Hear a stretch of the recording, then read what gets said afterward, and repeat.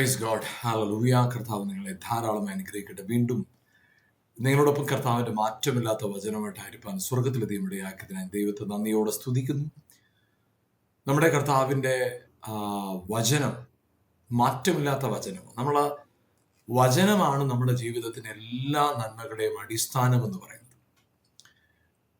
നമുക്കറിയാം, എബ്രായ ലേഖനം അതിന്റെ 11-ാം അധ്യായം 3-ാം വാക്യത്തിൽ ഇങ്ങനെയാണ് പറയുന്നത്: എല്ലാറ്റിനെയും സൃഷ്ടിച്ചത് വചനമാണെന്ന് ആ എബ്രായ ലേഖനം 11:3 പറയുമ്പോൾ, എബ്രായ ലേഖനം 1-ാം അധ്യായത്തിന്റെ 3-ാം വാക്യത്തിൽ പറയുന്നത് സകലത്തെയും തന്റെ ശക്തിയുള്ള വചനത്താൽ വഹിക്കുന്നവൻ. അതെ, ഹല്ലേലൂയ. നമ്മുടെ ദൈവം, നമ്മുടെ കർത്താവ് സകലത്തെയും സൃഷ്ടിച്ചത് വചനത്താലാണ്. സകലത്തെയും വഹിക്കുന്നതും നിലനിർത്തുന്നതും വചനത്താൽ. അതുകൊണ്ട് ദൈവവചനം എന്ന് പറയുന്നത് വളരെ പ്രധാനപ്പെട്ടതാണ്. യോഹന്നാന്റെ സുവിശേഷം 1-ാം അധ്യായം ആരംഭിക്കുന്നത് തന്നെ ഇങ്ങനെയാണ്: ആദിയിൽ വചനമുണ്ടായിരുന്നു, വചനം ദൈവത്തോടു കൂടെയായിരുന്നു എന്ന മുഖവരിയോടുകൂടിയാണ് യോഹന്നാന്റെ സുവിശേഷം ആരംഭിക്കുന്നത്. ആദിയിൽ വചനമുണ്ടായിരുന്നു, വചനം ദൈവത്തോടു കൂടെയായിരുന്നു, ദൈവത്തോടു കൂടെയായിരുന്ന വചനം, ജീവിപ്പിക്കുന്ന വചനം, സകലത്തെയും സൃഷ്ടിക്കുന്ന വചനം. അതുകൊണ്ട് ദൈവവചനം എന്ന് പറയുന്നത് വളരെ വളരെ ഇമ്പോർട്ടൻ്റ് ആണ്. ദൈവവചനം വളരെ പ്രധാനപ്പെട്ടത്. നമ്മുടെ ജീവിതത്തിൽ നമ്മൾ അനുഗ്രഹിക്കപ്പെടുന്ന എത്രത്തോളം നമ്മൾ ദൈവവചനത്തോട് ചേർന്ന്, വചനത്തോട് ചേർന്ന് നമ്മൾ നിൽക്കുന്നു, അത്രത്തോളം നമ്മുടെ ജീവിതം അനുഗ്രഹിക്കപ്പെടും. നമുക്കറിയാം, നമ്മുടെ കർത്താവായ യേശു ക്രിസ്തു മരുഭൂമിയിൽ പരീക്ഷിക്കപ്പെടാനായിട്ട് അവിടെ പോയപ്പോൾ, അവിടെ പിശാചിനാൽ പരീക്ഷിക്കപ്പെട്ടു. അവിടെ നമുക്ക് കാണാൻ കഴിയുന്ന ഒരു കാര്യം, പിശാച് പറഞ്ഞ കാര്യം, നീ ദൈവപുത്രനെങ്കിൽ കല്ലിനെ അപ്പമാക്കാൻ പറഞ്ഞപ്പോൾ യേശുവിന്റെ മറുപടി, അവൻ പറഞ്ഞതിനോട് തർക്കിക്കുകയല്ല, വചനം കൊണ്ടാണ് കർത്താവ് തിരിച്ചു പറയുന്നത്. കർത്താവ് പറയുന്നത്, മനുഷ്യൻ അപ്പം കൊണ്ട് മാത്രമല്ല ദൈവത്തിന്റെ വായിൽ നിന്ന് പുറപ്പെടുന്ന സകല വചനം കൊണ്ട് ജീവിക്കുന്നു എന്ന് എഴുതിയിരിക്കുന്നുണ്ട്. അപ്പൊ ആ എഴുതിയ വചനത്തോട്, എഴുതപ്പെട്ട വചനത്തോട് ചേർന്നാണ് കർത്താവ് പിന്നീട് സംസാരിക്കുന്നത്. അപ്പൊ നമ്മുടെ ജീവിതത്തിൽ നമ്മൾ ഏതെങ്കിലും മേഖലകളിൽ നമ്മൾ നിരാശയിലോ ഭാരത്തിലോ പ്രയാസത്തിലോ കൂടെ പോകുന്നെങ്കിൽ, നമ്മുടെ ജീവിതത്തിന്റെ മുഴുവൻ അവസ്ഥകളെയും രൂപപ്പെടുത്താനായിട്ട് ദൈവവചനത്തിന് കഴിയും. നമ്മുടെ ജീവിതത്തിന്റെ സകല മേഖലകളെ രൂപപ്പെടുത്താനായിട്ട് ദൈവവചനത്തിന് കഴിയും. അപ്പൊ വചനത്തോടുള്ള ബന്ധത്തിൽ നമ്മൾ എത്രത്തോളം സ്ട്രോങ് ആയിട്ട് നിൽക്കുന്നു, അത്രത്തോളം നമ്മുടെ ജീവിതത്തിനകത്ത് അത്ഭുതങ്ങൾ സംഭവിക്കാൻ തുടങ്ങും. നമുക്ക് ദൈവവചനത്തിൽ വായിക്കുമ്പോൾ 2 തെസ്സലോനിക്ക ലേഖനം 2-ാം അധ്യായത്തിന്റെ 14-ാം വാക്യത്തിൽ ഇങ്ങനെയാണ് എഴുതിയിരിക്കുന്നത്. അവിടെ യേശുക്രിസ്തുവിന്റെ സുവിശേഷം നമ്മളോട് എന്തിനാണ് അറിയിച്ചത് എന്നതിനെ കുറിച്ച് അവിടെ പറയുന്നു. അവിടെ പറയുന്നത്, നമുക്ക് രക്ഷയുടെ സുവിശേഷം, നമുക്ക് നൽകിയത് അവന്റെ തേജസ് പ്രാപിക്കാനായിട്ട്, യേശുക്രിസ്തുവിന്റെ തേജസ് പ്രാപിക്കാനായിട്ട്. 2 തെസ്സലോനിക്ക ലേഖനം അതിന്റെ 2-ാം അധ്യായം 14-ാം വാക്യം: നമ്മുടെ കർത്താവ് യേശുക്രിസ്തുവിന്റെ മഹത്വം പ്രാപിപ്പാനല്ലോ അവൻ ഞങ്ങളുടെ സുവിശേഷ ഘോഷണത്താൽ നിങ്ങളെ രക്ഷയ്ക്ക് വിളിച്ചത്. അപ്പൊ ഇവിടെ പറയുന്നത്, നമ്മുടെ കർത്താവ് യേശുക്രിസ്തുവിന്റെ മഹത്വം പ്രാപിപ്പാനായിട്ട്. അപ്പൊ അവിടെ നമുക്ക് കാണാൻ കഴിയുന്ന ഒരു കാര്യം, യേശുക്രിസ്തുവിന്റെ മഹത്വം പ്രാപിക്കാനായിട്ട് നമ്മൾ വീണ്ടും ജനിച്ചത്, നമ്മൾ രക്ഷിക്കപ്പെട്ടത് കർത്താവിന്റെ മഹത്വം പ്രാപിക്കാനായിട്ട്. മഹത്വം, ആരുടെ മഹത്വം? യേശുവിന്റെ മഹത്വം പ്രാപിക്കാനായിട്ട്. നമ്മുടെ കർത്താവായ യേശുക്രിസ്തുവിന്റെ മഹത്വം പ്രാപിപ്പാനല്ലോ അവൻ ഞങ്ങളുടെ സുവിശേഷ ഘോഷണത്താൽ നിങ്ങളെ രക്ഷയ്ക്കായി വിളിച്ചത്.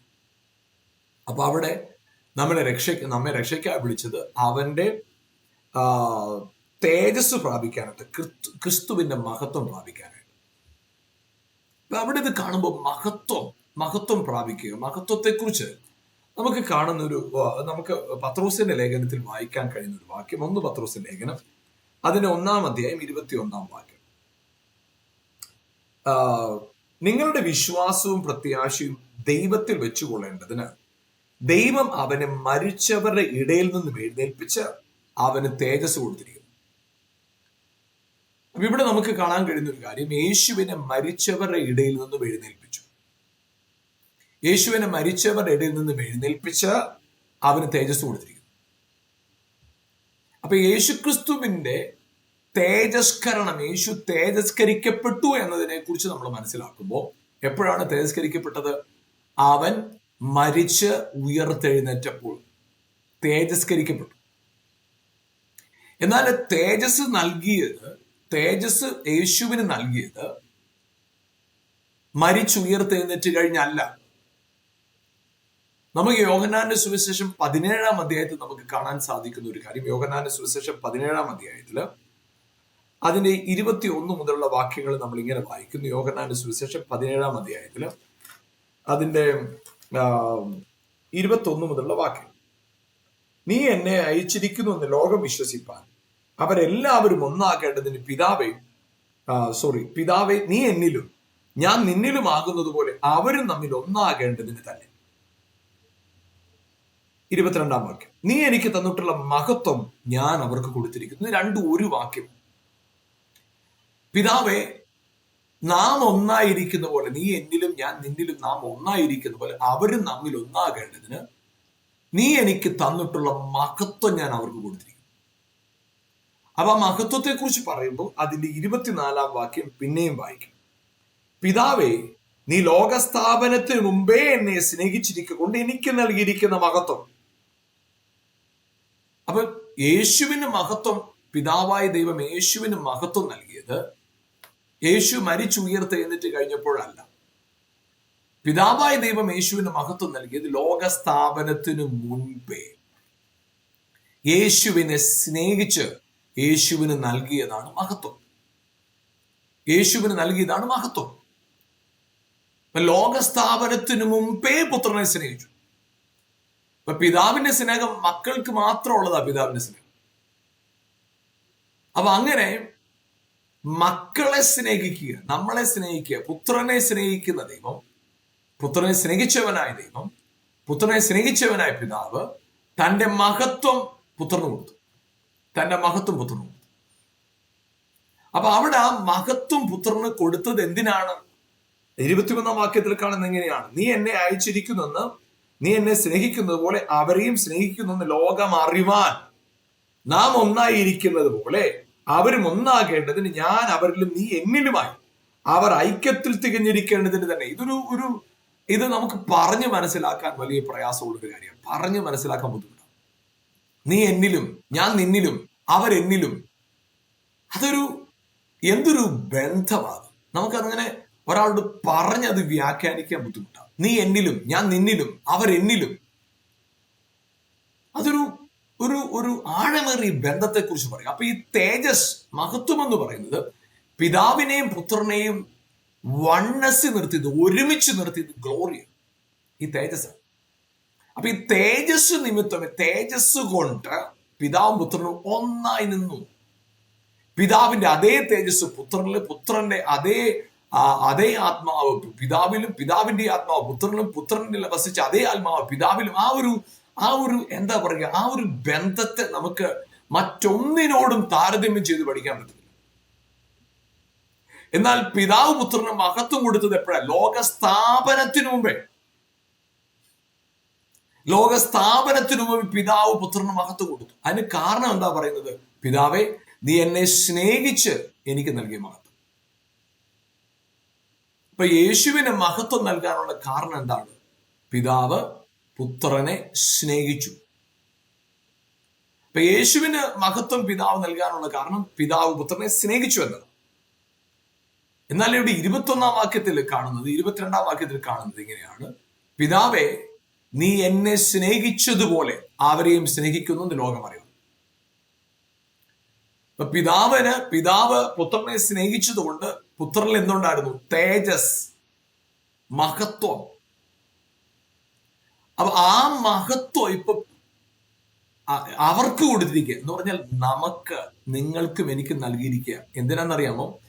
പിതാവ് പുത്രനെ സ്നേഹിക്കുന്ന പോലെ നമ്മയും സ്നേഹിക്കുന്നു എന്ന് ലോകം അറിയാൻ. Praise God, hallelujah. അതുകൊണ്ടാണ് യോഹന്നാന്റെ സുവിശേഷം 3:14 പറയുന്നത്, തന്റെ ഏകജാതനായ പുത്രനെ വിശ്വസിക്കുന്ന ഏവനും നശിച്ചു പോകാതെ നിത്യജീവൻ പ്രാപിക്കേണ്ടതിന് ദൈവം യേശുവിനെ നൽകുവാൻ തക്കവണ്ണം ലോകത്തെ സ്നേഹിച്ചു. ദൈവസ്നേഹം 1 യോഹന്നാന്റെ ലേഖനം 3-ാം അധ്യായം അതിന്റെ 9, 10, 11 വാക്യങ്ങൾ വായിക്കുമ്പോൾ നമുക്ക് അവിടെ വീണ്ടും കാണാനായിട്ട് സാധിക്കുന്ന ഒരു കാര്യം ഇതാണ്. 1 യോഹന്നാന്റെ ലേഖനം 4-ാം അധ്യായത്തിന്റെ 8-9 വാക്യം. സ്നേഹിക്കാത്തവൻ ദൈവത്തെ അറിഞ്ഞിട്ടില്ല, ദൈവം സ്നേഹം തന്നെ. ദൈവം തന്റെ ഏകജാതനായ പുത്രനെ നാം അവനാൽ ജീവിക്കേണ്ടതിന് ലോകത്തിലേക്ക് അയച്ചു എന്നുള്ളതിനാൽ ദൈവത്തിന് നമ്മോടുള്ള സ്നേഹം പ്രത്യക്ഷമായി. നാം ദൈവത്തെ സ്നേഹിച്ചതല്ല, അവൻ നമ്മെ സ്നേഹിച്ചതല്ല, പുത്രനെ നമ്മുടെ പാപങ്ങൾക്ക് പ്രായശ്ചിത്തമാകുവാൻ അയച്ചത് തന്നെ സാക്ഷാൽ സ്നേഹമാകുന്നു. അപ്പൊ ഇവിടെ നമുക്ക് കാണാൻ കഴിയുന്ന ഒരു കാര്യം, യേശു ക്രിസ്തുവിനെ ഭൂമിയിലേക്ക് നൽകിയതിലൂടെ വെളിപ്പെട്ടത് ദൈവസ്നേഹം. യേശു ക്രിസ്തുവിന്റെ സ്നേഹം, പിതാവിന്റെ സ്നേഹം യേശു ക്രിസ്തുവിലൂടെ വെളിപ്പെടുത്തി. യേശു ക്രിസ്തുവിനെ നൽകിയതിലൂടെ പിതാവ് പറഞ്ഞ ഏക സന്ദേശം ഇതാണ്: അവൻ നമ്മെ സ്നേഹിക്കുന്നു. നിങ്ങൾക്കും എനിക്കും, നിങ്ങളുടെയും എന്റെ പാപമോചനത്തിന് വേണ്ടി, നിങ്ങളുടെ എന്റെ പാപത്തിൽ നിന്നുള്ള വിടുതലിന് വേണ്ടി പുത്രനെ നൽകിയപ്പോ സ്വർഗം പറഞ്ഞ ഏറ്റവും വലിയ മെസ്സേജ് ഇതാണ്: ഞാൻ നിങ്ങളെ സ്നേഹിക്കുന്നു. അപ്പൊ ആ സ്നേഹത്തെ വചനം പറയുന്നു, നമ്മളത് അറിയണം. നമ്മുടെ ജീവിതത്തിൽ നമ്മളെ ഏറ്റവും വലിയ പ്രയാസത്തിൽ കൊണ്ടുവരുന്ന എന്തൊരു കാര്യം എന്താ? ദൈവം നമ്മെ സ്നേഹിക്കുന്നു എന്നുള്ളത് നമുക്ക് അറിവില്ലാത്തതാണ്, നാം അറിയാത്തതാണ്. നമുക്ക് പലപ്പോഴും അറിയാവുന്ന കാര്യം എന്താണ്? ദൈവത്തിന്റെ നമുക്ക് ദൈവത്തിന്റെ ശിക്ഷയെ കുറിച്ച് അറിയാം. ദൈവത്തിന്റെ ഇവിടെ വചനത്തിൽ എഴുതിയിരിക്കുന്ന കാര്യം എന്താ? ദൈവത്തിന്റെ സ്നേഹം വെളിപ്പെട്ടു. ദൈവസ്നേഹം അല്ലെ? അങ്ങനെ എഴുതിയിരിക്കുന്നത് ദൈവസ്നേഹം. അപ്പൊ ഇവിടെ നമുക്ക് കാണാൻ കഴിയുന്ന ഒരു കാര്യം എന്താ? ദൈവത്തിന്റെ സ്നേഹം വെളിപ്പെട്ടുവെങ്കിലും, അതായത് ആ മാനിഫെസ്റ്റഡ് ഗ്ലോറി, അതായത് ദൈവത്തിന്റെ സ്നേഹം വെളിപ്പെട്ടു. ദൈവത്തിന്റെ സ്നേഹം അതാണ് ഇവിടെ കാണുന്നത്. ദൈവത്തിന്റെ സ്നേഹം ഇവിടെ നമ്മൾ വായിക്കുന്നത്, ദൈവസ്നേഹം വെളിപ്പെട്ടു. ആ ദൈവത്തിന്റെ സ്നേഹം വെളിപ്പെട്ടു എങ്കിലും മാനിഫെസ്റ്റഡ് ഗ്ലോറി റിവീൽ ആകാത്തത് കൊണ്ട്, അതായത് വെളിപ്പെട്ട സ്നേഹം നമുക്ക് വെളിപ്പെട്ട് കിട്ടാത്തത് കൊണ്ടാണ് നമ്മുടെ പ്രശ്നം. അതായത് മാനിഫെസ്റ്റഡ് ഗ്ലോറി, ദൈവത്തിന്റെ സ്നേഹം മാനിഫെസ്റ്റ് ചെയ്തു. പക്ഷെ ആ മാനിഫെസ്റ്റ് ചെയ്ത ഗ്ലോറി നമുക്ക് റിവീൽ ആകാത്തത് കൊണ്ടാണ് നമ്മൾ ഇപ്പോഴും നമ്മുടെ ജീവിതത്തിൽ സ്ട്രഗിൾ ചെയ്യുന്നത്. നമ്മുടെ ജീവിതത്തിലെ എല്ലാ പ്രഷറിന്റെയും റീസൺ ദൈവം നമ്മളെ സ്നേഹിക്കാത്തത് കൊണ്ടല്ല. God loves you. ദൈവം നിങ്ങളെ സ്നേഹിക്കുന്നു. പക്ഷേ എവിടെയാണ് നമ്മുടെ പ്രയാസം? എവിടെയാണ് നമ്മുടെ സ്ട്രഗിള്? ദൈവം നമ്മെ സ്നേഹിക്കുന്നു എന്ന തിരിച്ചറിവ് നമുക്കില്ലാത്തതാണ് പ്രശ്നം. അതായത് ദൈവത്തിന്റെ സ്നേഹം പ്രത്യക്ഷമായി, പക്ഷെ നമുക്ക് വെളിപ്പാടായിട്ട് അത് കിട്ടിയില്ല, നമുക്കത് വെളിപ്പെട്ടില്ല. അപ്പൊ പ്രത്യക്ഷമായ സ്നേഹത്തിന്റെ വെളിപ്പാടാണ് നമ്മുടെ ജീവിതത്തിൽ സ്വാതന്ത്ര്യത്തെ കൊണ്ടുവരുന്നത്. ദൈവത്തിന്റെ സ്നേഹം പ്രത്യക്ഷമായി, ദൈവത്തിന്റെ സ്നേഹം, നമ്മോടുള്ള സ്നേഹം പ്രത്യക്ഷമായി. 9-ാം വാക്യം, 1 യോഹന്നാൻ 4:9. ദൈവം തന്റെ ഏകജാതനായ പുത്രനെ നാം അവനെ ജീവിക്കേണ്ടതിന് ലോകത്തിലേക്ക് അയച്ചു എന്നുള്ളതിനാൽ ദൈവത്തിന് നമ്മോടുള്ള സ്നേഹം പ്രത്യക്ഷമായി. ദൈവത്തിന്റെ സ്നേഹം പ്രത്യക്ഷമായി, പക്ഷെ അത് വെളിപ്പെട്ടില്ല. നമുക്കതൊരു വെളിപ്പാടായിട്ട് വന്നില്ല. അത് നമ്മുടെ ഉള്ളിലുണ്ടാകേണ്ട ഒരു വെളിപ്പാട്. ദൈവം എന്നെ സ്നേഹിക്കുന്നു. ദൈവം എന്നെ സ്നേഹിക്കുന്നത് കൊണ്ട് രോഗം തന്നെന്നെ ശിക്ഷിക്കുന്നവനല്ല. ദൈവം എന്നെ സ്നേഹിക്കുന്നത് കൊണ്ട് ദൈവം എന്നെ പരീക്ഷിക്കുന്ന ദൈവമല്ല. ദൈവം എന്നെ സ്നേഹിക്കുന്നത് കൊണ്ട് ദൈവം എനിക്ക് തകർച്ച കൊണ്ടുവരുന്നവനല്ല. ദൈവം എന്നെ സ്നേഹിക്കുന്നതുകൊണ്ട് എനിക്ക് ദാരിദ്ര്യം തന്നെ എന്നെ പണിതെടുക്കുന്നവനല്ല. പകരമായി എനിക്ക് സമൃദ്ധി തന്ന് എന്നെ കർത്താവിന്റെ സ്നേഹബന്ധത്തിൽ കൂടുതൽ ഉറപ്പിച്ചു നിർത്തുന്നവനാണ്. എനിക്ക് ആരോഗ്യവും സൗഖ്യവും ബലവും ശക്തിയും എനിക്ക് ബലവും തന്ന് എനിക്ക് വേണ്ടുന്നത് മുഴുവൻ എനിക്ക് ഈ ലോക ജീവിതത്തിൽ നിത്യതയ്ക്കും വേണ്ടുന്നത് മുഴുവൻ തന്ന് ആ സ്നേഹബന്ധത്തിൽ എന്നെ നിലനിർത്തുന്നവനാണ് പിതാവ്. അപ്പൊ ഈ പിതാവിന്റെ സ്നേഹം, പിതാവിനെ സ്നേഹിച്ച സ്നേഹം പ്രത്യക്ഷമായി, മാനിഫെസ്റ്റഡ് ഗ്ലോറി, മാനിഫെസ്റ്റഡ് ലവ് നമുക്ക് എന്തില്ല? റിവീൽഡ് ആയില്ല, റെവലേഷൻ ആയിട്ട് മാറിയില്ല. That is our problem. അപ്പൊ ഇവിടെ എന്താ സംഭവിക്കും? നമുക്ക് ഇവിടെ വചനത്തിൽ ഇരിക്കുന്നത് പിശാചിന്റെ പ്രവർത്തികളെ അഴിപ്പാൻ ദൈവോത്തരം പ്രത്യക്ഷനായി. 1 യോഹന്നാൻ 3:8. അപ്പൊ നമ്മുടെ ജീവിതത്തിനകത്ത് പ്രത്യക്ഷമായ സ്നേഹം വെളിപ്പെട്ട് കിട്ടാത്തതാണ് നമ്മുടെ പ്രശ്നം. അപ്പൊ നമ്മുടെ ജീവിതത്തിൽ അറിയേണ്ട കാര്യം എന്താ? God loves you. ദൈവം നമ്മളെ സ്നേഹിക്കുന്നു. ആ ഒരൊറ്റ മിസ്റ്ററി അറിഞ്ഞാൽ മതി, നമ്മുടെ ജീവിതം ഒരിക്കലും പ്രയാസത്തിലാകത്തില്ല. പ്രത്യക്ഷമായ സ്നേഹം നമുക്ക് വെളിപ്പെട്ട് കിട്ടണം. ആമേൻ. അതായത് യേശുക്രിസ്തുവിലൂടെ ദൈവസ്നേഹം പ്രത്യക്ഷമായി വെളിപ്പെട്ടു. യേശുവിന്റെ ക്രൂശില്, യേശുവിന്റെ മരണത്തിലൂടെ നമ്മളോടുള്ള സ്നേഹം പ്രത്യക്ഷമായി. പക്ഷെ അത് വെളിപ്പെട്ട് നമ്മുടെ ഹൃദയത്തില്, നമ്മുടെ അകത്തൊരു ബോധ്യമായിട്ട് അത് മാറണം. God loves me. അപ്പൊ സ്നേഹിക്കുക എന്ന് പറയുന്നത്, അതായത് നമ്മുടെ ജീവിതത്തിനകത്ത് ദൈവത്തിന്റെ സ്നേഹം പ്രത്യക്ഷമായി യേശുവിന്റെ ക്രൂശ് മരണ പുനരുത്ഥാനത്തിലൂടെ. അപ്പൊ യേശുക്രിസ്തുവിന്റെ ക്രൂശ് മരണ പുനരുത്ഥാനത്തിലൂടെ ദൈവത്തിന്റെ സ്നേഹം പ്രത്യക്ഷമായി, നമ്മളോടുള്ള സ്നേഹം പ്രത്യക്ഷമായി. ആ സ്നേഹം, അതായത് ഇവിടെ നമ്മൾ കാണുന്നത് യോഹന്നാന്റെ സുവിശേഷം 17-ാം അധ്യായത്തിന്റെ 21, 22 വാക്യങ്ങളൊക്കെ നമ്മൾ വായിക്കുന്നത്, 23, 24 വാക്യത്തിലൊക്കെ നമ്മൾ വായിക്കുന്നത്, ആ പിതാവ് അവനെ സ്നേഹിച്ച്, 24-ാം വാക്യം, പിതാവ് എന്നെ സ്നേഹിച്ച്, പിതാവെ അങ്ങ് എന്നെ സ്നേഹിച്ച് ലോക സ്ഥാപനത്തിനുമേ നീ എനിക്ക് തന്നിട്ടുള്ള മഹത്വം. അപ്പൊ യേശുക്രിസ്തുവിന് പിതാവ് തന്നെ സ്നേഹം നൽകാൻ കാരണം എന്താ? ദൈവം യേശുവിനെ സ്നേഹിച്ച സ്നേഹം. അപ്പൊ ഇവിടെ പറയുന്നത് ആ സ്നേഹം നമ്മിൽ വസിക്കുക, ആ സ്നേഹം നമ്മളോടും തികഞ്ഞിരിക്കുക, ആ സ്നേഹം നമ്മളോട് തികഞ്ഞിരിക്കുക. ആമേൻ, ഹല്ലേലൂയ. ആ സ്നേഹം നമ്മളോട് തികഞ്ഞിരിക്കുക. അങ്ങനെയാണെങ്കിൽ പിതാവായ ദൈവം യേശുവിനെ സ്നേഹിച്ചപ്പോൾ യേശുവിന് നൽകിയ ഗിഫ്റ്റ് എന്താ? തേജസ്. അങ്ങനെയാണെങ്കിൽ നമ്മെ സ്നേഹിച്ചപ്പോ നമുക്ക് തരുന്ന ഗിഫ്റ്റ് എന്താ? ഗ്ലോറി. അതാണ് 2 തെസ്സലോനിക്കർ 2:14 കാണുന്നത്, തേജസ്. ആമേൻ, പ്രൈസ് ദി ലോർഡ്. തേജസ്. ആമേൻ, ഹല്ലേലൂയ. അപ്പൊ നമ്മളെ എന്ത് ചെയ്തു? ലോക സ്ഥാപനത്തിന് മുമ്പേ നമ്മെ അവനിൽ തെരഞ്ഞെടുത്തു. എഫേസ്യ ലേഖനം 1-ാം അധ്യായം 4-ാം വാക്യം. അപ്പൊ എഫേസ്യ ലേഖനം 4:1 പറയുന്നത് ലോക സ്ഥാപനത്തിന് മുമ്പേ നമ്മെ അവനിൽ തെരഞ്ഞെടുത്തു. അപ്പൊ അവനിൽ എന്തുകൊണ്ട്? തേജസ് ഉണ്ട്. നമ്മെ അവനിലാ തെരഞ്ഞെടുത്തത്. അപ്പൊ നമ്മിലും തേജസ് ഇരിപ്പുണ്ട്. നമ്മിൽ ദൈവത്തിന്റെ തേജസ് ഉണ്ട്. നമ്മിലും ദൈവത്തിന്റെ തേജസ് വസിക്കുന്നു. The glory of God is dwelling in you because of his love.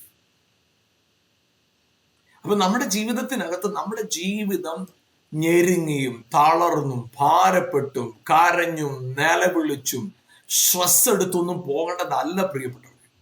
നമ്മുടെ ജീവിതം എന്ന് പറയുന്നത് സന്തോഷത്തോടെ, സമാധാനത്തോടെ ആസ്വദിച്ച് ജീവിതത്തിൽ കർത്താവ് നൽകിയ നന്മകളെ ഓർത്ത് പാട്ടുപാടി സ്തോത്രം ചെയ്ത് മുന്നോട്ട് പോകേണ്ടതാണ് നമ്മുടെ ജീവിതം. പക്ഷെ പലപ്പോഴും നമ്മുടെ പ്രശ്നം, ഈ പ്രത്യക്ഷമായ സ്നേഹം നമുക്ക് വെളിപ്പെട്ട് കിട്ടിയിട്ടില്ല. സ്നേഹം പ്രത്യക്ഷമായി, പക്ഷെ അത് വെളിപ്പെട്ടില്ല.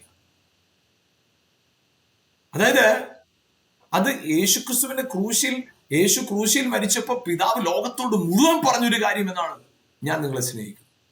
പക്ഷെ അത് എന്നെ സ്നേഹിക്കുന്നു. ഞാൻ പാപിയല്ലേ, എനിക്ക് പാരമ്പര്യമായിട്ട് എൻ്റെ കുടുംബത്തിൽ ശാപമുണ്ട്, എൻ്റെ ജീവിതത്തിൽ അത്ര ഗുണങ്ങളൊന്നും എനിക്ക് പറയാനില്ല, ഞാൻ പാപിയാണ്, ഞാൻ തകർന്നവനാണ്, ഞാൻ കുറവുള്ളവനാണ്, കുഴപ്പങ്ങളുള്ളവനാണ്, എനിക്ക് എല്ലാ വിധത്തിലും മിസ്റ്റേക്കുകളെ പറയാനുള്ളൂ. ഇത് മാത്രം പറയാനുള്ള എന്നെ ദൈവം സ്നേഹിക്കുന്നു. അതൊരു വെളിപ്പാടാണ്. എല്ലാ കാര്യങ്ങളും നല്ലപോലെ ചെയ്യുന്ന ഒരാളെ ദൈവം സ്നേഹിക്കുന്നു എന്ന് പറയുന്നത് അങ്ങനെ മനസ്സിലാക്കാനായിട്ട് നമുക്ക് ബുദ്ധിമുട്ടില്ല. പക്ഷെ ഇവിടെ പറയുന്നത് ഒരു വിധത്തിലും ഗുണമില്ലാതിരുന്ന, ഒരു വിധത്തിലും നമുക്ക് നന്മ പറയാനായിട്ട് അങ്ങനെ ഒരു അവകാശവാദം പറയാനില്ലാതിരുന്ന നമ്മെ അവൻ സ്നേഹിച്ചു. That is the real love. That is the great love and real love. ആ സ്നേഹത്തിന്റെ തിരിച്ചറിവുണ്ട്. നമ്മുടെ ജീവിതത്തിനകത്ത് തകർക്കാനാവാത്ത സന്തോഷവും ഉറപ്പും പ്രത്യാശ നമ്മുടെ അകത്തുണ്ട്. അതേ പ്രിയപ്പെട്ടവരെ, തേജസ് തന്നിരിക്കുക. ഈ തേജസ് കൊണ്ടുള്ള ഗുണമെന്ന് നമുക്ക്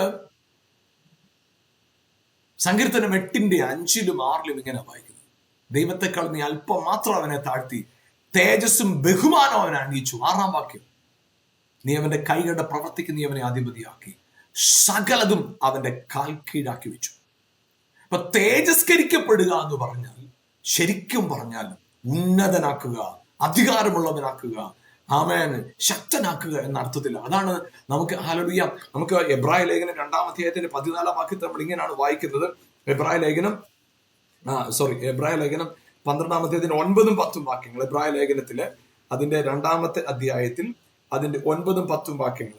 എങ്കിലും ദൈവകൃപയാൽ എല്ലാവർക്കും വേണ്ടി മരണം ആസ്വദിപ്പാൻ ദൂതന്മാരിലും അല്പം താഴ്ച വന്നവനായ യേശു മരണം അനുഭവിച്ചതുകൊണ്ട് അവനെ മഹത്വവും ബഹുമാനവും അണിഞ്ഞവനായി കാണുന്നു.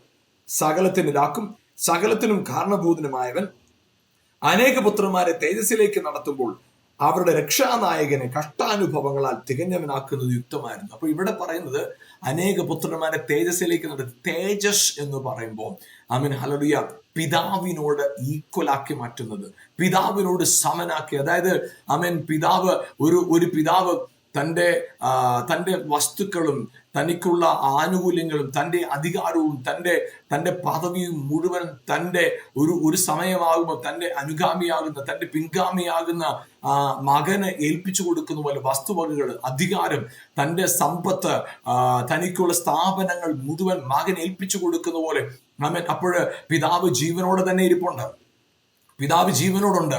പക്ഷെ ഹല്ലേലൂയ, പുത്രൻ അതെല്ലാം ഏൽപ്പിച്ചിരിക്കുക. ആ മകൻ എന്ത് ചെയ്യും? മകൻ മുഴുവൻ കാര്യങ്ങളെ കൈകാര്യം ചെയ്യുന്ന ആരെ പോലെ തന്നെയാ, അടിമയെ പോലെയല്ല, മകനെ പോലെ ഒരു പ്രത്യേക അടുത്ത ലെവലിലുമല്ല. പിതാവ് എങ്ങനെ കാര്യങ്ങളെ കൈകാര്യം ചെയ്തുകൊണ്ടിരുന്നോ അതുപോലെ തന്നെ പ്രിയപ്പെട്ടവരെ ഹല്ലേലൂയ, പിതാവായ ദൈവം ലോക സ്ഥാപനത്തിന് മുൻപേ പിതാവ് പുത്രന് നൽകിയ തേജസ് എന്തുകൊണ്ടെന്നറിയാമോ? പിതാവ് പുത്രനെ സ്നേഹിച്ച സ്നേഹം.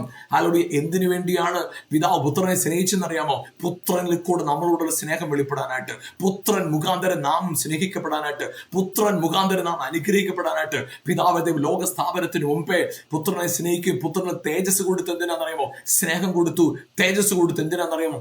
പുത്രനിലാകുന്നവർക്ക് യേശു ക്രിസ്തു മുഖാന്തരം അതേ സ്നേഹവും അതേ തേജസ്സും ആമേൻ, പിതാവ് പുത്രന് നൽകിയ അതേ സ്നേഹവും അതേ തേജസ്സും പുത്രന്റെ അതേ പദവിയോടെ, പുത്രന്റെ അതേ സ്ഥാനമാനത്തോടുകൂടെ, പുത്രന്റെ അതേ ആമേൻ സന്തോഷത്തോടെ, പ്രിവിലേജോടുകൂടെ അത് ജീവിതത്തിൽ അനുഭവിക്കാനായിട്ട് പിതാവ് ദൈവം പുത്രനെ ലോക സ്ഥാപനത്തിന് മുമ്പേ സ്നേഹിച്ചു. എന്നിട്ട് നമ്മൾ എന്ത് ചെയ്യുന്നറിയാമോ? ലോക സ്ഥാപനത്തിന് മുമ്പേ അവന്റെ പുത്രനോട് അനുരൂപമാകാനായിട്ട് ഹല്ലേലൂയ, റോമാലേഖനം 8:29-30 ഹല്ലേലൂയ, അവന്റെ പുത്രനോട് അനുരൂപമാകുവാൻ നമ്മെ മുൻനിയമിച്ചിരിക്കുന്നു.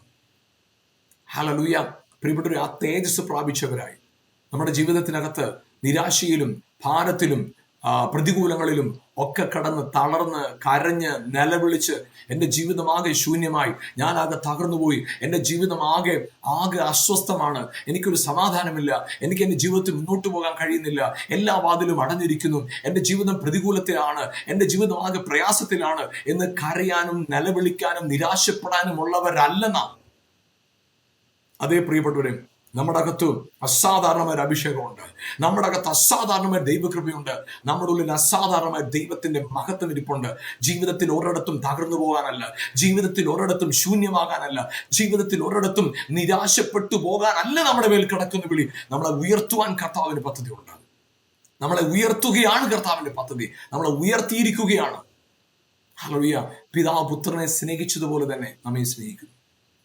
ഹല്ലേലൂയ, അതായത് എപ്പോഴാണോ പിതാവിന്റെ സ്നേഹം പുത്രനിലൂടെ നമുക്ക് പ്രത്യക്ഷമായി, അത് ക്രൂശിൽ സംഭവിച്ച കാര്യം, ആ പ്രത്യക്ഷമായ സ്നേഹം നാം എപ്പോഴാണോ തിരിച്ചറിയുന്നത് അപ്പോഴത് വെളിപ്പെടും. അത് വെളിപ്പെടുമ്പോഴുണ്ടാകുന്ന കാര്യം എന്താണെന്നറിയോ? ഹല്ലേലൂയ, ആമേൻ, നമ്മിൽ തേജസ് വെളിപ്പെടാൻ തുടങ്ങും. ഹല്ലേലൂയ, ഈ തേജസ് വെളിപ്പെടുമ്പോൾ ലോകമറിയും. ആമേൻ, ലോകമറിയും കർത്താവ് നിങ്ങളുടെ കൂടെ ഉണ്ട്.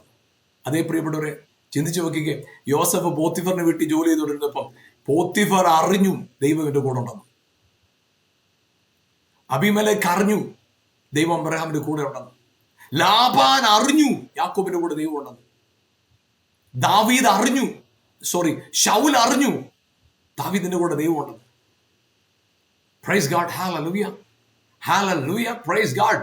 നിങ്ങളെ ദൈവം സ്നേഹിക്കുന്നു എന്നൊരു തിരിച്ചറിവോടുകൂടെ നിങ്ങൾ ചുവടുകൾ വെക്കുമ്പോൾ, ദൈവം നിങ്ങളെ സ്നേഹിക്കുന്നു എന്ന ബോധ്യത്തോടുകൂടെ നിങ്ങൾ ചുവട് വെക്കുമ്പോൾ, ഞാൻ പറയട്ടെ, നിങ്ങളുടെ ജീവിതം തകർച്ചയല്ല, പരാജയമല്ല, ശൂന്യതയല്ല. ആമേൻ, ഹല്ലേലൂയ. ഒരു സീറോ ലെവലിലല്ല. അസാധാരണമായ ദൈവമഹത്വവും അധികാരവും ദൈവശക്തിയും വെളിപ്പെടുമ്പോൾ ലോകം തിരിച്ചറിയും നിങ്ങളുടെ കൂടെ കർത്താവുണ്ട്, നമ്മുടെ കൂടെ കർത്താവുണ്ടെന്ന്. ഹല്ലേലൂയ. പ്രിയപ്പെട്ട മർക്കോസിന്റെ സുവിശേഷം 16:20 ഇങ്ങനെയാ പറയുന്നത്. ആമേൻ, ദൈവം കർത്താവ് അവരോട് കൂടിരുന്ന് പ്രവർത്തിച്ച് അത്ഭുതങ്ങളാലും അടയാളങ്ങളാലും വചനത്തെ ഉറപ്പിച്ചു പോകും. നിങ്ങളിലൂടെ, എന്നിലൂടെ നിങ്ങൾ ചെന്ന് നിൽക്കുന്ന സ്ഥലത്ത് ഗ്ലോറി വെളിപ്പെടും. യോസഫിന്റെ ജീവിതത്തിൽ ഫറവോന് മുമ്പിൽ പോയി നിന്നപ്പോൾ ഫറവോന് തിരിച്ചറിഞ്ഞു, ഇവന്റെ അകത്ത് പരിശുദ്ധാത്മാവുണ്ട്, ഇവന്റെ അകത്ത് പരിശുദ്ധാത്മാവുണ്ട്. പ്രിയപ്പെട്ടവരെ, അതെ, നിങ്ങൾ എപ്പോഴാണോ ദൈവം നിങ്ങളെ സ്നേഹിക്കുന്നു തിരിച്ചറിയുന്നത്, ആ തിരിച്ചറിവ് നിങ്ങളിൽ വരുമ്പോൾ തേജസ് നിങ്ങളിൽ വെളിപ്പെടാൻ തുടങ്ങും. തേജസ് വെളിപ്പെടുമ്പോൾ ലോകം തിരിച്ചറിയും ദൈവം നിങ്ങളുടെ കൂടെ ഉണ്ട്, കർത്താവ് നമ്മുടെ കൂടെ ഉണ്ടെന്ന്. ഈ ദിവസങ്ങളിൽ പ്രിയപ്പെട്ടവരെ, ആ നിലവാരത്തിൽ, അതെ, അസാധാരണ തേജസ് വെളിപ്പെടുന്ന, അസാധാരണ, അതെ, സൗഖ്യത്തോടെ, ആരോഗ്യത്തോടെ, ബലത്തോടെ, കൃപകളോടെ, സമ്പത്തോടെ, അനുഗ്രഹത്തോടെ, ദർശന നിവൃത്തിയോടെ, പ്രത്യേക അധികാരത്തോടുകൂടി, അതെ, ഹല്ലേലൂയ, ആർക്കും തകർക്കാൻ, വീറ്റോ ചെയ്യാൻ കഴിയാത്ത അധികാരത്തോടുകൂടെ കർത്താവ് നിങ്ങളെ നിർത്തുമാറാകട്ടെ. യോശുവയോട് പറഞ്ഞ പോലെ, ലോകത്തില് അവൻ നിന്റെ ജീവിതകാലത്ത് ഒരിക്കലും ഒരുത്തനും നിന്റെ നേരെ നിൽക്കുകയില്ല എന്ന് വചനം പറയുന്ന പോലെ, യെസ്, വിടിവിപ്പാനും രക്ഷിപ്പാനും കൂടെ ദൈവം ഉണ്ടെന്ന് ലോകം തിരിച്ചറിയത്തക്കോണം തേജസ് നിങ്ങളിൽ വെളിപ്പെടുമാറാകട്ടെ. നമുക്ക് ഒരുമിച്ച് പ്രാർത്ഥിക്കാം. ഞങ്ങളുടെ നല്ല കർത്താവ്, അനുഗ്രഹീതമായ സമയത്തിനായിട്ട് സ്തോത്രം ചെയ്യുമ്പോൾ, കർത്താവ്, ജീവിതത്തിൽ എവിടെയെങ്കിലും ദൈവസ്നേഹത്തെ സംശയിച്ച് കുറ്റബോധത്തിലും നിരാശയിലും കഴിയുന്നവരുണ്ടെങ്കിൽ, അപ്പൊ ഇപ്പോഴെന്നെ കണ്ടുകൊണ്ടിരിക്കുന്ന സമയത്ത് തന്നെ കുറ്റബോധയുടെ ഹൃദയത്തിൽ നിന്ന് മാറട്ടെ, നിരാശകൾ മാറട്ടെ, ഭയങ്ങൾ മാറട്ടെ, വെല്ലുവിളികൾ മാറട്ടെ, ഹൃദയത്തിൽ വലിയ സ്വസ്ഥതയും സമാധാനവും ധൈര്യപരമായിട്ട് കർത്താവ്, എല്ലാ ഭീതികളോട് ഹൃദയത്തിൽ നിന്ന് മാറട്ടെ, എല്ലാ അസ്വസ്ഥതകളും അവരുടെ ഹൃദയത്തിൽ നിന്ന് മാറട്ടെ, ദൈവിക സമാധാനം കൊണ്ട് അവരുടെ ഹൃദയങ്ങൾ നിറയ്ക്കണം, എല്ലാ ഭാരങ്ങളും അവരുടെ ഹൃദയത്തിൽ നിന്ന് മാറിപ്പോട്ടെ, രോഗങ്ങൾ മാറട്ടെ, ഭയം മാറട്ടെ, സ്വർഗീയമായ അധികാരത്തോടുകൂടെ, യെസ് ലോർഡ്, ഹെവൻലി അതോറിറ്റിയോടുകൂടെ അവർ എഴുന്നേൽക്കട്ടെ കർത്താവ്, ഹെവൻലി അതോറിറ്റിയോട് അവർ എഴുന്നേൽക്കട്ടെ. ലോകം തിരിച്ചറിയട്ടെ, യു ആർ വിത്ത് ദം, അങ്ങ് കൂടെ ഉണ്ടെന്ന്. അതേ കർത്താവ്, ഞങ്ങളെ കാണുന്നവർ, കർത്താവ് ഞങ്ങളുടെ കൂടെ, സ്വർഗം ഞങ്ങളുടെ കൂടെ, പരമോന്നതനായ സർവശക്തനായ ദൈവം ഞങ്ങളുടെ കൂടെ ഉണ്ടെന്ന് ലോകം തിരിച്ചറിയത്തക്കവണ്ണം കർത്താവ് ഞങ്ങളുടെ അകത്ത് നിന്റെ സ്നേഹത്തെ തിരിച്ചറിഞ്ഞു പാടുവാൻ സഹായിക്കണം. ഞങ്ങളുടെ കരങ്ങൾ ഏൽപ്പിക്കുന്നു യേശുവിൻ നാമത്തിൽ തന്നെ പിതാവേ, ആമേൻ, ആമേൻ, ആമേൻ. Praise God. പ്രിയപ്പെട്ടവരെ, ദൈവം നിങ്ങളുടെ കൂടെ ഉണ്ട്, ദൈവം നിങ്ങളെ സ്നേഹിക്കുന്നു എന്ന് നിങ്ങൾ തിരിച്ചറിയുമ്പോൾ, ആ തിരിച്ചറിവുള്ളവനെ ലോകം തിരിച്ചറിയും ദൈവം അവന്റെ കൂടെ ഉണ്ടെന്ന്. സർവശക്തനായ ദൈവം അവന്റെ കൂടെ ഉണ്ടെന്ന്. യെസ്, അതെ, ഈ കാലഘട്ടം അസാധാരണമായ അധികാരത്തിന്, അസാധാരണമായ ദൈവകൃപയുടെ, അസാധാരണമായ ദൈവ മഹത്വത്തിന്റെ കാലമായി നിങ്ങളുടെ മേൽ, നിങ്ങളുടെ കുടുംബത്തിന് മേൽ, നിങ്ങളുടെ ദേശത്തിന് മേൽ, നിങ്ങളുടെ ശുശ്രൂഷയുടെ മേൽ, നിങ്ങളുടെ കുടുംബജീവിതത്തിന് മേൽ, നിങ്ങളുടെ വിദ്യാഭ്യാസത്തിന് മേൽ, നിങ്ങളുടെ ജോലിയുടെ മേൽ, നിങ്ങളുടെ ബിസിനസിന് മേൽ അത് വെളിപ്പെടുമാറാകട്ടെ. God bless you. ആമേൻ.